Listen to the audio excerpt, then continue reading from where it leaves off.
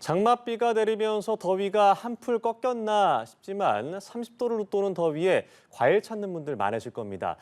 특히 수박 한 입 이렇게 크게 베어 먹으면 더위를 잠시나마 잊을 수 있는데요. 그런데 이 맛있는 제철 과일 덥다고 마음껏 먹었다가 독이 될 수도 있다고 합니다. 특히 만성 질환자들에게는 말이죠. 뉴스캐스터 연결해서 여름 제철 과일과 건강의 궁합 살펴보겠습니다. 함현지 캐스터. 네, 오늘은 김민지 순천향대 서울병원 가정의학과 교수와 이야기 나눠보겠습니다. 안녕하십니까? 안녕하세요.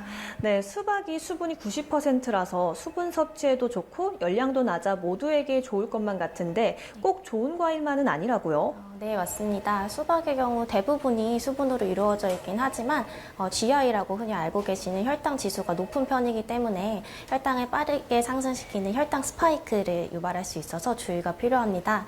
특히 당뇨병이나 만성 콩팥병 환자분들의 경우에는 한꺼번에 2조각 이상을 섭취하시는 것은 위험할 수 있습니다. 다만 수박에는 라이코펜 성분이라는 게 있는데요.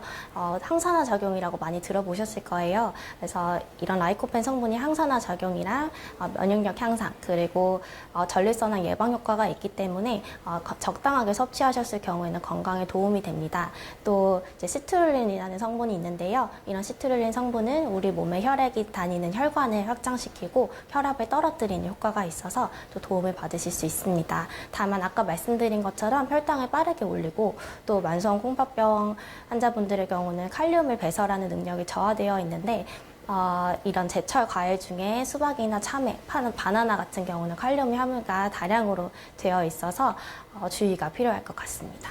그럼 당뇨병이나 만성 콩팥병을 앓고 있는 사람들은 어떤 과일을 섭취하는 게 좋은가요?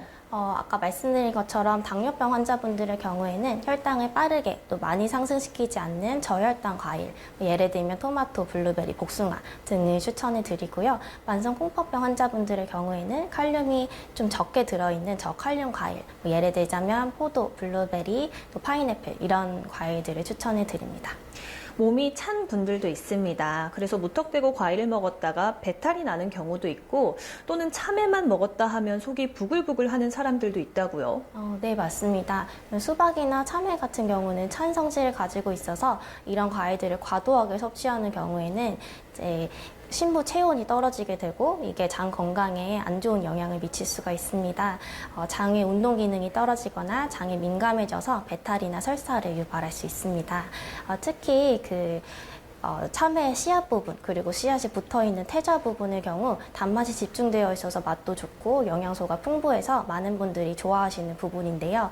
이 부분이 설사를 유발할 수 있기 때문에 평상시에 장이 좀 예민한 분들이라면 이런 부분을 긁어내고 드시거나 좀 찬 성질이 적은 복숭아 같은 과일을 드시는 것이 좋은 대체 아니겠습니까? 교수님 말씀을 종합해보면 만성질환을 앓고 있는 환자분들이라면 복숭아와 같은 과일을 섭취하는 게 좋다는 이야기인가요?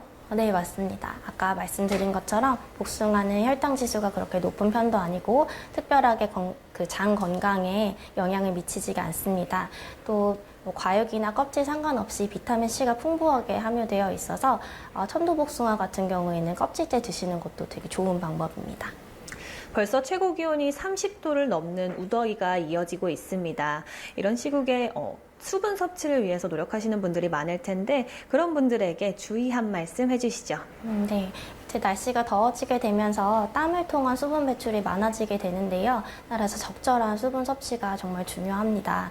수분이 너무 부족하게 되면 탈수 현상이 일어나서 신장 기능에 손상을 또 입을 수도 있고 또 상대적으로 혈당이 올라가기 때문에 혈액의 점도가 올라가고 혈액이 끈적거리는 상태가 돼서 이것이 혈액의 흐름이나 혈관벽에 안 좋은 영향을 미칠 수 있어서 주의가 필요하고 또 반대로는 수분이 너무 과도한 경우에는 전신적으로 부종이 생기거나 폐에 물이 차는 폐부종 같은 증상을 유발할 수 있어서 또 주의가 필요하겠습니다. 그래서 현재 보통의 가이드라인에서 하루 1.5에서 2리터 정도의 수분 섭취를 권장을 하고 있는데요. 무조건 이 기준에 맞추기보다는 평상시에 땀 배출량이라든지 소변량 그리고 평소 드시는 약을 고려하셔서 전문가랑 상담을 통해 개인별 적정 수분 섭취를 찾아가시는 것이 좋겠습니다.